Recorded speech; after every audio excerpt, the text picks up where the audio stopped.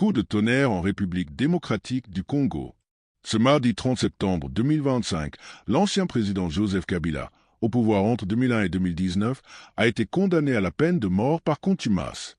La haute cour militaire de Kinshasa l'a reconnu coupable de charges extrêmement lourdes. Crime de guerre. Trahison. Le verdict a été prononcé en son absence, après près de 4 heures de délibération. Selon l'accusation, Joseph Kabila, âgé de 54 ans, aurait été l'un des initiateurs de l'Alliance Fleuve Congo, AFC, la branche politique du mouvement rebelle M23, soutenue par le Rwanda.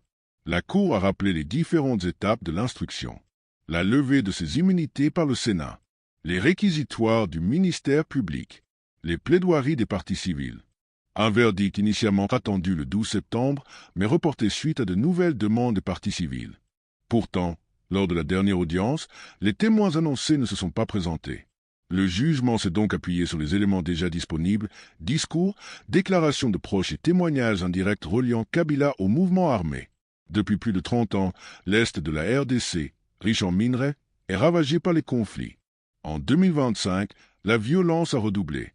En janvier, le M23 et des troupes rwandaises ont pris la ville stratégique de Goma. En février, c'est Bukavu qui est tombé. Cette décision judiciaire contre un ancien chef d'État est une première historique dans le pays. Elle pourrait bouleverser l'équilibre politique et militaire déjà fragile en République démocratique du Congo. De nouvelles précisions sur les motivations de la Cour et les conséquences de ce verdict sont attendues dans les heures à venir. Et vous, que pensez-vous de cette décision historique contre Joseph Kabila?